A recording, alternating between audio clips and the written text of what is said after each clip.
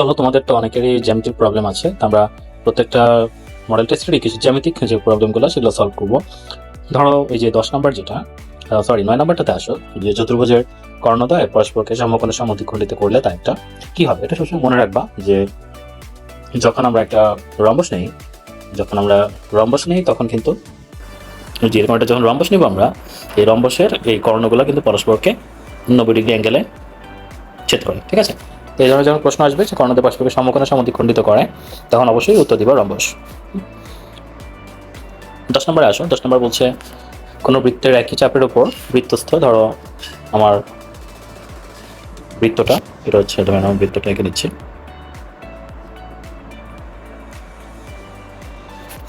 এবং একই চাপের ওপরে এটা হচ্ছে ধরো কেন্দ্র, একই চাপের ওপর বৃত্তস্থ কোণ এবং কেন্দ্রস্থ কোণ, যেটা বৃত্তস্থ কোণ হচ্ছে এটা, যেটা হচ্ছে 2x + m, এবং কেন্দ্রস্থ কোণ যথাক্রমে কেন্দ্রস্থ কোণ হচ্ছে এটা x + 100m। ওকে, এটা সলিউশন কীভাবে করবো? সলিউশনের প্রসেস হচ্ছে আসো আমরা দেখি।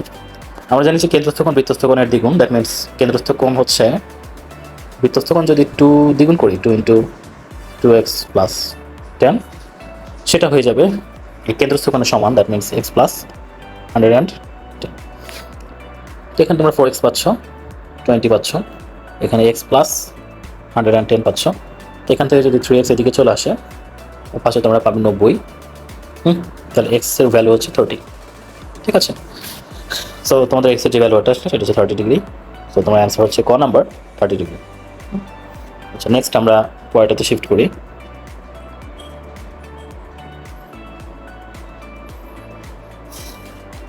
ছয় সেন্টিমিটার এবং 4 সেন্টিমিটার ব্যাসার্ধে দুটো বৃত্ত পরস্পর বহিস্থভাবে, ধরে নাও যে এটা একটা বৃত্ত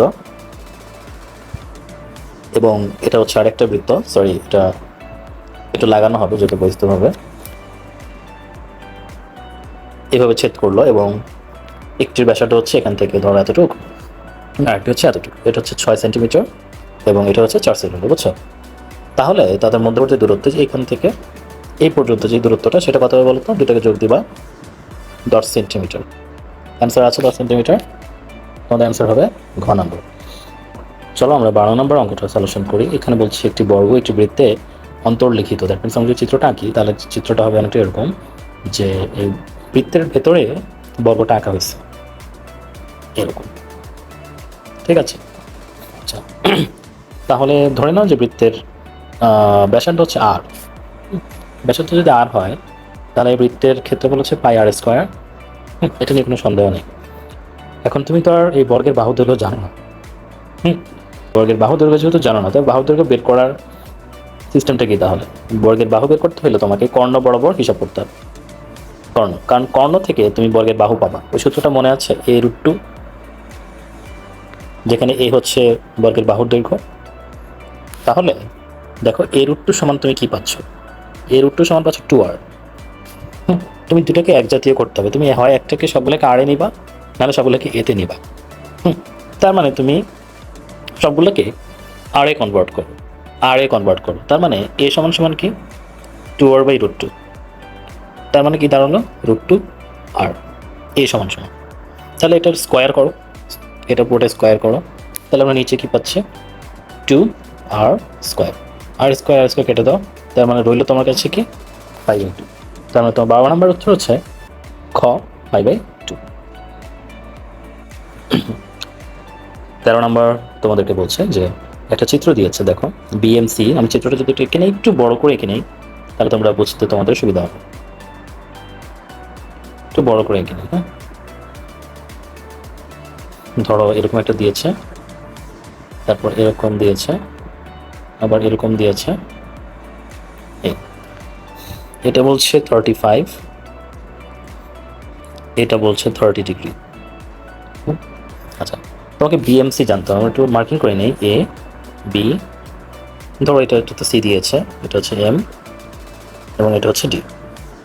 আচ্ছা, তো তোমার BMC বের করা দরকার। BMC বলতে এই যে কেন্দ্রস্থ কোণ যেটা, সেটা বের করতে হবে। কীভাবে বের করবা? ধরো যে এখানে যে দেখো এটা কিন্তু ব্যাসার্ধ, এটা ব্যাসার্ধ, আবার এটাও কিন্তু ব্যাসার্ধ। তো ব্যাসার্ধ হলে বিষয়টি কি হচ্ছে, এই যে ত্রিভুজটা, এই ত্রিভুজে দুইটা বাহুর সমান, তাই না? তার মানে এই কোণটা যদি 35 হয়, এটা 35 তো ঠিক আছে, দেওয়া আছে, এটা নিয়ে তোমাদের প্রবলেম নেই।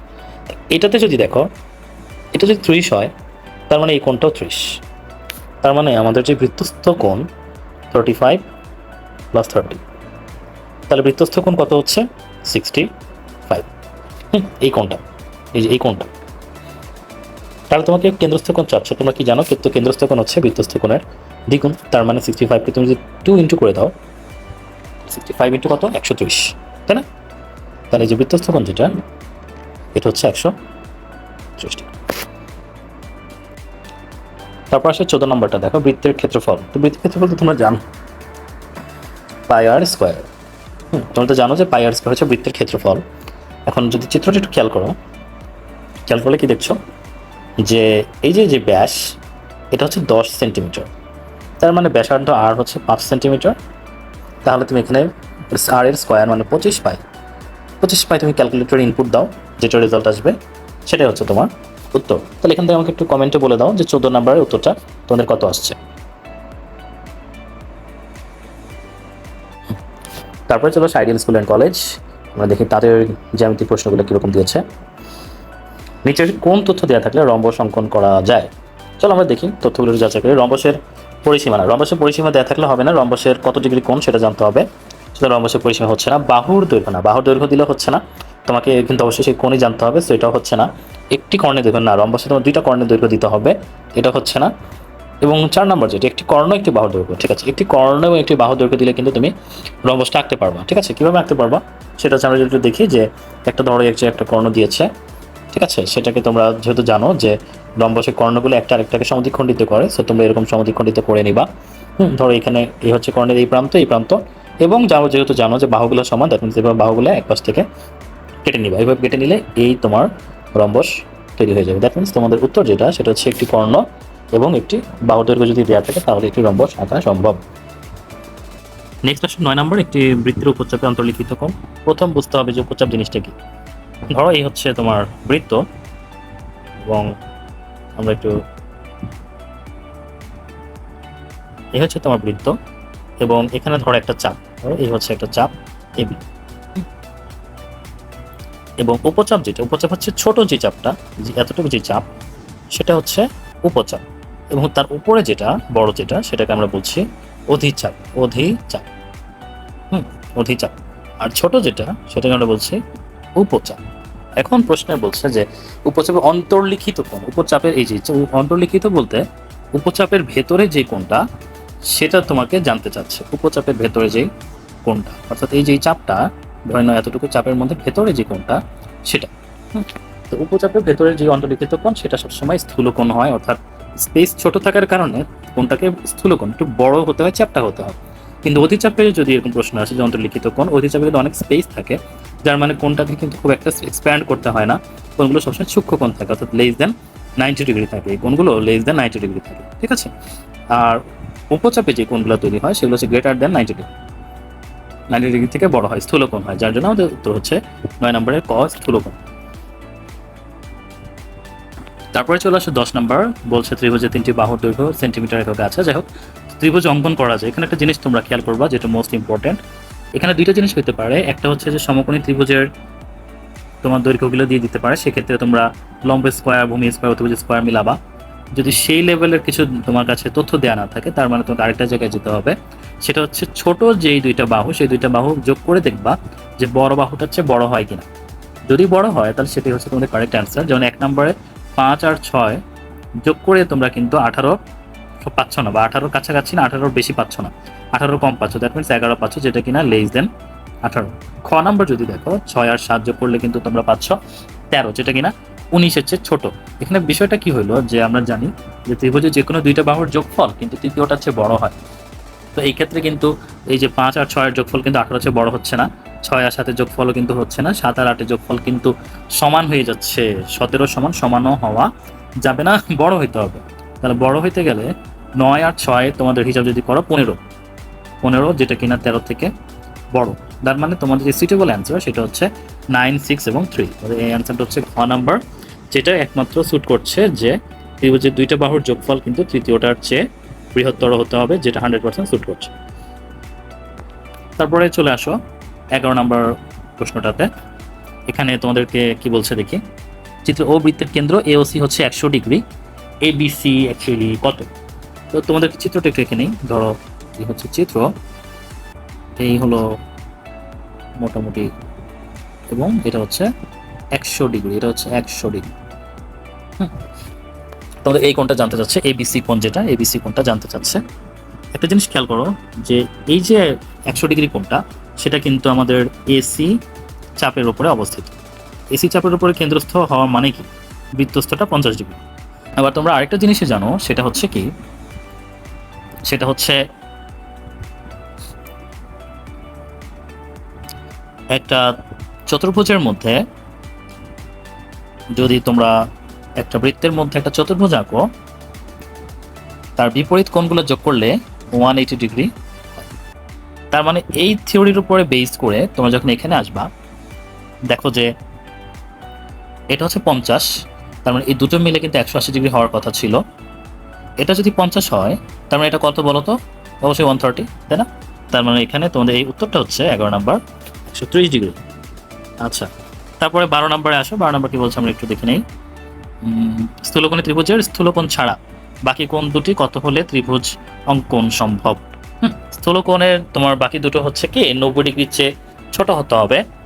90 ডিগ্রির চেয়ে, যেহেতু একটা স্থূলকোণই হচ্ছে 90 ডিগ্রির চেয়ে বড়, তার মানে হচ্ছে অপর দুটি কোণের সমষ্টি 90 ডিগ্রির থেকে কিন্তু ছোট হতে হবে। ত্রিভুজটা যদি এখানেই দেখো কিরকম হচ্ছে, এইরকম। এই কোণটা 90 ডিগ্রির চেয়ে বড় হবে, তার মানে 90 ডিগ্রির চেয়ে বড় হলে অপর দুটি কোণ 90 ডিগ্রির চেয়ে ছোট হবে, তাই না? তাহলে আমরা দেখি কোন দুটি কোণ 90 ডিগ্রির চেয়ে ছোট। সমান হওয়া যাবে না কিন্তু। 37 কিন্তু ছোট সমান হয়ে যাচ্ছে, এটা হবে না। 45 এর সমান হচ্ছে, এটাও হবে না। 40-50 এটাও 90 ডিগ্রি সমান হচ্ছে, হবে না। 50 এবং 30 এটা কিন্তু 80 ডিগ্রি 90 ডিগ্রির চেয়ে ছোট হয়ে গিয়েছে, তার মানে এটাই সম্ভব। চলে আসে 17 নম্বর অঙ্কতে। 17 নম্বর অঙ্কটা কিন্তু খুব ইন্টারেস্টিং দেখতে পাচ্ছে। এবিসিডি একটা সামান্তরিক যার ডিওসি সমান 90 ডিগ্রি, এই কোণটা 90 ডিগ্রি। ডিসি সমান হচ্ছে 5, তার মানে হচ্ছে 5 সেন্টিমিটার, এবং ওসি যেটা, ওসি হচ্ছে এখান থেকে এখানে 4 সেন্টিমিটার। তাহলে তোমাকে বলতে চাচ্ছে বিডি এর মান কত? তোমরা একটা জিনিস খেয়াল করো, এই যে এখানে এই জায়গাটা, এটা কিন্তু একটা 90 ডিগ্রি কোণ। এই যে কোণটা হচ্ছে 90 ডিগ্রি ডিওসি, তার মানে বুঝতে পারছো যে এইটা হচ্ছে কিন্তু ভূমি, এটা কিন্তু হচ্ছে উচ্চতা। তোমাদেরকে একটা জিনিস লক্ষ্য করিয়ে দেই, যখনই তোমরা দেখবা যে 5 দেওয়া, 4 দেওয়া, তখন তোমরা অটোমেটিক্যালি চিন্তা করবে যে আরেকটা বাহু 3 হবে। এটা হচ্ছে সমকোণী ত্রিভুজের অতিভুজ, লম্ব এবং ভূমির একটা স্ট্যান্ডার্ড মান। এরকম আরও অনেক কিছু আছে, যেমন 5 স্কোয়ার 25, 4 স্কোয়ার 16 আর 3 স্কোয়ার 9, দুটো কিন্তু যোগ করলে আমরা 25 পাই। তারপরে এরকম আরও আছে, 12 আছে, একটা 13 হলে আরেকটা হবে 5। কিভাবে দেখো, 5 স্কোয়ার কিন্তু 25, 12 স্কোয়ার কিন্তু 144, যে দুটো যোগ করলে কিন্তু আমরা 13 স্কোয়ার পাই 169। এই ধরনের অনেক কিছু আছে। সো সেক্ষেত্রে আমরা ওই থিওরি অ্যাপ্লাই করে বুঝতে পারছি যে ডি, এই যে আমাদের কি চেয়েছে বিডি, তাই না? তো বিডি এর মধ্যে ডি আর ও এটা হবে 3, ডি আর ও এর যেই দূরত্ব সেটা হবে 3। তার মানে আমরা জানি যে এটা যদি 3 হয়, সামান্তরিকের কর্ণগুলো কিন্তু প্রত্যেকটাকে সমান সমান অংশে কিন্তু ভাগ করে ফেলে, যার মানে ডিও যা ওবি সমান সমান তা। তার মানে ডিও যদি 3 হয়, ওবি সমান সমান 3, এই দুটো যোগ করলে কিন্তু তোমরা আলটিমেটলি 6 পাবে, এবং তোমাদের উত্তর কিন্তু খ 6 নাম্বার। তারপর 18 নাম্বার আমাদেরকে বলছে যে এবিসিডি এর ক্ষেত্রফল কত বর্গ সেন্টিমিটার। তোমরা একটু ভালো করে দেখো যে এখানে আমরা কিন্তু প্রত্যেকটা ডিও ওসি কিন্তু আমরা প্রত্যেকটাই জানি। ওবি হচ্ছে 3, এবি হচ্ছে কত 5, রাইট? আচ্ছা, এভাবে কিন্তু আমরা প্রত্যেকটা হিসাব করে বলে ফেলতে পারতেছি যে এটা 4 হলে এটা 3 হলে এটাও কিন্তু 5, আবার এটা 4 হলে এটা 3 হলে এটাও কিন্তু 5। সব দিক থেকে আমরা দেখতে পাচ্ছি যে বাহুগুলো আমরা পেয়ে গেলাম। তো এখন একটাকে নিয়ে তুমি কাজ করলেই হবে, যেহেতু এটা লম্ব, তার মানে এটা হচ্ছে 3 এবং 4, যার ক্ষেত্রফল হচ্ছে হাফ ইন্টু ভূমি ইন্টু উচ্চতা, 4 গুণ 3, যার ক্ষেত্রফল হবে 6। এবং আমরা দেখেছি প্রত্যেকটা বাহুই কিন্তু সমান সকল ত্রিভুজের ক্ষেত্রে। তার মানে 4টা ত্রিভুজ এখানে তৈরি হয়েছে, 1টা 2টা 3টা 4টা, 4টা দিয়ে একটা ক্ষেত্রফল যদি 6 হয়, তার মানে 4টার ক্ষেত্রফল কিন্তু আলটিমেটলি 4×6 24 বর্গ সেন্টিমিটার। তোমাদের উত্তর কিন্তু অলরেডি দেওয়া আছে এখানে, গ নাম্বার 24 বর্গ সেন্টিমিটার। বুঝছো সবাই? এখন চলে আসে 21 নম্বর অঙ্ক, যেটা বলছে 5 সেন্টিমিটার ব্যাসার্ধ বিশিষ্ট বৃত্তের কেন্দ্র। তো আমরা একটা 5 সেন্টিমিটার ব্যাসার্ধ বিশিষ্ট বৃত্তকে এঁকে ফেলি। কেন্দ্র, এই ধরো এটা হচ্ছে কেন্দ্র, কেন্দ্র থেকে কোনো জ্যার প্রকৃত লম্বের দৈর্ঘ্য ধরে নাও এটা হচ্ছে একটা জ্যা, এবং এই লম্বের দৈর্ঘ্য যেটা সেটা আমাকে বলছে 3 সেন্টিমিটার, এবং যেই বৃত্তের ব্যাসার্ধ সেটা হচ্ছে এখান থেকে ধরে নাও এতটুকু, সেটা হচ্ছে 5 সেন্টিমিটার। তাহলে দেখো তো তোমার জ্যার দৈর্ঘ্য, এই যে এটা হচ্ছে জ্যা, এই যে এতটুকু হচ্ছে, পুরাটা হচ্ছে জ্যা, আমরা ধরে নেই এবি। তাহলে এটা কিন্তু একটা সমকোণী ত্রিভুজ হয়ে গেল। মাঝখানে তোমাদের একটু বলে রাখি যে কোনো বৃত্তের কেন্দ্র থেকে কোনো জ্যার উপরে যদি তুমি লম্ব আঁকো, সেটা কিন্তু জ্যাটাকে সমদ্বিখণ্ডিত করে। কি বলছি? কেন্দ্র থেকে কোনো জ্যার উপরে যদি তুমি লম্ব আঁকো, সেটা জ্যাটাকে সমদ্বিখণ্ডিত করে। তার মানে এটা যদি এ হয়, এটাও এ, রাইট? আবার কিন্তু দেখো এখানে একটা পিথাগোরাসের সূত্র আসছে, যেহেতু এটা সমকোণী ত্রিভুজ। আবার একটু আগে বলছি যে 5 যদি হয়, 3 যদি হয় তাহলে মুখস্থ, আর একটা হচ্ছে 4। তার মানে কিন্তু তুমি এতটুকু পেয়ে গেলা 4। যেহেতু বলছি এটাও সমান হয়, তার মানে এটা যদি 4 হয়, এটাও কিন্তু 4। আলটিমেটলি দুটো যদি তুমি যোগ করো, দুটো যোগ করলে কি পাবা? 4 যোগ।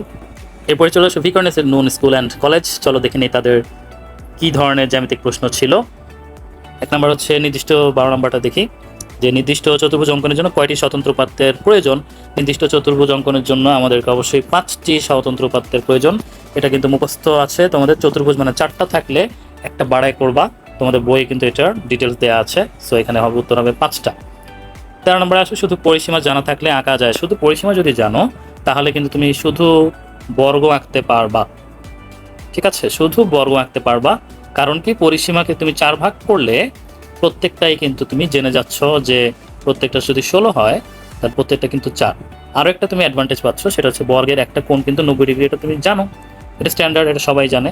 যার কারণে আমাদের কিন্তু একটা, এই যে পরিসীমা যদি জানা থাকে, সেক্ষেত্রে কিন্তু আমরা একটা সুষম চতুর্ভুজ আঁকতে পারি। এবং সুষম ত্রিভুজ যেটা, সেটা হচ্ছে যে একটা সুষম ত্রিভুজ বলতে বাহু ত্রিভুজের কথা বলছে। সেখানে কিন্তু আমরা জানি যে তার 3টা বাহু কিন্তু সমান এবং প্রত্যেকটা কোণই 60 ডিগ্রি। এটা আমাদেরকে এক্সট্রা করে দিয়ে দেওয়ার কোনো প্রয়োজন নাই, যার ক্ষেত্রে 60 ডিগ্রি কোণ আঁকলেই কিন্তু আমরা এই যে সমবাহু ত্রিভুজ এঁকে ফেলতে পারি। কিন্তু রম্বসের ক্ষেত্রে কিন্তু এটা সম্ভব নয়। রম্বসের ক্ষেত্রে সম্ভব নয় এই কারণেই যে রম্বসের পরিসীমা যদি আমি জেনেও থাকি, কিন্তু আমি কোনো অ্যাঙ্গেল জানতেছি না, কোন কোণে আছে সেটা জানতে পারতেছি না, এবং জানা না কারণে কিন্তু তাদের এই যে কর্ণগুলো কেমন হবে, কি অ্যাঙ্গেলে থাকবে, কতটুকু দূরত্বে থাকবে, সেটা আমরা বুঝতে পারবো না। যার কারণে আমাদের কিন্তু রম্বস হবে না। শুধু উত্তর হবে 1 এবং 2 নম্বর। তারপরে আসো, তোমাদের বলছে যে 14 নম্বর, যেটা নিচের কোণটি অধিচাপে অন্তর্লিখিত কোণের পরিমাণ হতে পারে। কিছুক্ষণ আগে তোমাদের সাথে আলোচনা করেছি যে অধিচাপে হচ্ছে কি, যে এই চাপটা বড় হয় সেটাকে আমরা অধিচাপ বলি। এই চাপটা হচ্ছে অধিচাপ। এবং অধিচাপে অন্তর্লিখিত কোণ আমরা বলেছি যে যত বড় হবে তার স্পেস কম লাগবে, তার মানে এটা কিন্তু লেস দেন 90 ডিগ্রি। এবং আমরা দেখি অপশনে লেস দেন 90 ডিগ্রি কোনটা আছে, 80 ডিগ্রি হচ্ছে লেস দেন 90 ডিগ্রি। সেটাই হবে আমাদের উত্তর 14 ক নাম্বার। বুঝছি সবাই?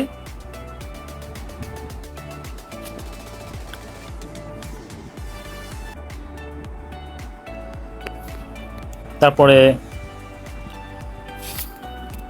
আমরা দিলাম এখানে, এটা আঁকলাম। তারপরে এভাবে আসলো, কেন্দ্র থেকে আমাদের একটা এভাবে চলে গেল, এটা কিন্তু বলছে 90 ডিগ্রি। এখন আমরা একটু দেখি, এটা হচ্ছে বি, এটা সি, এটা এ, এটা ও, এবং এটা হচ্ছে ডি। এবং তথ্য কি দিয়েছে যে এবি সমান 20 সেন্টিমিটার, দ্যাট মিনস এখান থেকে 20, এবং বিডি সমান হচ্ছে 8, এটা হচ্ছে 8। তোমাকে এসিবি জানতে চাচ্ছে, হাফ অফ এসিবি মানে এই কোণটার অর্ধেক তোমাকে কিন্তু জানতে চাচ্ছে। তো হাফ অফ এসিবি, দেখো এখানে কিন্তু এই যে এসিবি কোণটা, এটা কিন্তু অর্ধবৃত্তস্থ কোণ, যেহেতু কেন্দ্র দিয়ে গিয়েছে, এবং তোমরা জানো যে অর্ধবৃত্তস্থ কোণ কিন্তু 90 ডিগ্রি হয়, তাই না? তার মানে এটা কিন্তু 90 ডিগ্রি হবে, এবং অর্ধেক যেহেতু বলেছে তার মানে এটা অ্যান্সার হবে 45 ডিগ্রি। তারপরে আসো, আমরা দেখি কি বলছে। বিওডি এর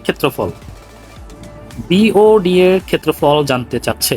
বিওডি এর ক্ষেত্রফল মানে হচ্ছে এতটুকু ক্ষেত্রফল তারা আমাদের কাছে জানতে চাচ্ছে। এর মধ্যে কিন্তু আমরা জানি যে বিডি সমান কিন্তু 8, এবং এটা হচ্ছে যে এটা যদি ও 20 ছিল, তার মানে এইটা কিন্তু ব্যাসার্ধ, ব্যাস 20 হলে ব্যাসার্ধ কিন্তু 10, দ্যাট মিনস এই যে এতটুকু 10, এতটুকু 8। তোমাদেরকে লম্বটা বের করতে হবে। লম্ব যদি বের করতে পারো তখন কিন্তু হাফ ইন্টু ভূমি ইন্টু উচ্চতা বের করতে পারবা। তাহলে এখানে 10 হলে এটা 8 হলে 10 10 100, 8 এর স্কোয়ার হচ্ছে 64, দ্যাট মিনস 36/6। তোমাদের এই যে লম্ব যেটা ধরে নাও এটা হচ্ছে 6, তার মানে এখন কিন্তু উত্তর পাবা 6 টা 48, 48 অর্থে কিন্তু 24। তোমাদের উত্তর আছে 24 বর্গ সেন্টিমিটার, অলরেডি দেওয়া আছে 24 বর্গ সেন্টিমিটার কিন্তু তোমাদের অ্যাকচুয়াল উত্তর। নেক্সট হচ্ছে 17 নাম্বারটা আমরা একটু দেখি। 17 নাম্বার কি বলছে, যে স্পর্শ বিন্দুগামী ব্যাসার্ধের উপরে লম্ব। অবশ্যই এই যে এটা যদি স্পর্শ হয়, এটা যদি স্পর্শক হয়, স্পর্শ বিন্দুগামী ব্যাসার্ধের উপরে লম্ব, এই যে এটা হচ্ছে কিন্তু লম্ব হয়, স্পর্শ কিন্তু ব্যাসার্ধের উপরে লম্ব হয়, এটা হচ্ছে কারেক্ট 1 নম্বর। অর্ধবৃত্তস্থ কোণ এক সমকোণ, অর্ধবৃত্তস্থ কোণ কিন্তু এক সমকোণ হয়, এটাও আমরা জানি, এটাও কিন্তু কারেক্ট। এবং সকল সমান জ্যা কেন্দ্র থেকে সমদূরবর্তী, সকল সমান জ্যা কিন্তু কেন্দ্র থেকে সমদূরবর্তী, এটা তোমাদের উপপাদ্য আছে। এই যে এটা একটা সমান জ্যা, এটা একটা সমান জ্যা, কেন্দ্র থেকে কিন্তু সমান দূরে অবস্থান করবে, তাহলে এটাও সঠিক। তার মানে 1 2 3 3টে কিন্তু সঠিক পাচ্ছি। তারপর আসো কোনো বৃত্তে অন্তর্লিখিত সামান্তরিক। কোনো বৃত্তে অন্তর্লিখিত সামান্তরিক জিনিসটা কি? কোনো বৃত্তে অন্তর্লিখিত সামান্তরিক হচ্ছে, ধরো এই হচ্ছে বৃত্ত, এবং যদি সামান্তরিক আঁকো, ধরে নিলাম এটা সামান্তরিক আঁকলাম, সামহাও এঁকে নিলাম, এটা আঁকাটা পসিবল না, কিন্তু দেখো আমি কিন্তু কোনো সামান্তরিক আঁকতে পারতেছি না। কারণটা কি জানো? কারণটা হচ্ছে যে একটা বৃত্তে যখন আমরা একটা চতুর্ভুজ আঁকি, তখন তার দুইটা কোণ কিন্তু মিলে 180 ডিগ্রি হয়, এটা হচ্ছে 1 নম্বর। 2 নম্বর হচ্ছে সামান্তরিকের বিপরীত কোণগুলা কিন্তু সমান হয়, বিপরীত যে কোণগুলা সেগুলো কিন্তু সমান হয়। 180 ডিগ্রি যখন হয়ে গেছে, তার মানে আলটিমেটলি বুঝতে পারতেছো যে এটা কিন্তু 90 হবে, এটা 90 হবে।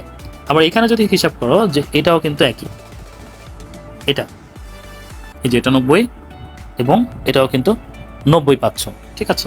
তার মানে সবগুলোই কিন্তু 90, সবগুলোই কিন্তু 90 পাচ্ছ। তো সবগুলো যখন 90 পাবা, এবং এই যে এই বাহু তো সমান, এই বাহু কিন্তু সমান, তার মানে বুঝতে কি পারতেছো, সকল বাহু 90 ডিগ্রি, বিপরীত বাহুগুলো সমান। কাকে স্যুট করে? স্যুট করে হচ্ছে আয়তক্ষেত্রকে। স্যুট করে কাকে? আয়তক্ষেত্রকে। আয়তক্ষেত্র, উত্তর হবে কি আয়তক্ষেত্র। তারপর আসে 19 নম্বর, বৃত্তের বহিস্থ কোনো বিন্দু থেকে বৃত্তের সর্বোচ্চ কয়টি স্পর্শক আঁকা যায়? এই হচ্ছে বৃত্ত, এবং তার বহিস্থ কোনো বিন্দু থেকে একটা স্পর্শক আঁকতে পারবা, এই একটা স্পর্শক আঁকতে পারবা। যদি এটা স্পর্শ কিন্তু হয় নাই, তখন একটু ক্লিয়ার করে এঁকে দেই। এই হচ্ছে বৃত্ত, এবং তুমি এখান থেকে একটা স্পর্শক এভাবে আঁকতে পারবা, আরেকটা স্পর্শক এইভাবে আঁকতে পারবা, ঠিক আছে? দুইটা কিন্তু স্পর্শক আঁকতে পারবা, সর্বোচ্চ বলছে দুইটা আঁকতে পারবা, দুইটা আঁকতে পারবা। তারপর আসো ভিকর্নিসে তো অনেক জ্যামিতি দিছে। আচ্ছা, 20 নম্বর, 6 সেন্টিমিটার ব্যাস ও 4 সেন্টিমিটার ব্যাসার্ধ বিশিষ্ট দুটি কেন্দ্র বৃত্ত অন্তঃস্পর্শ করলে, দেখো একটা 6 সেন্টিমিটার ব্যাস, অন্তঃস্পর্শ মানে কি? ভিতরে এইভাবে স্পর্শ করছে, এবং একটার ব্যাস হচ্ছে 4, ধরে নাও এটার ব্যাস হচ্ছে 4, এবং আরেকটার ব্যাসার্ধ হচ্ছে 4, আরেকটার ব্যাসার্ধ হচ্ছে 3। দ্যাট মিনস এই পুরোটা থেকে 3, এটা পার্থক্য কত? 1 সেন্টিমিটার, রাইট?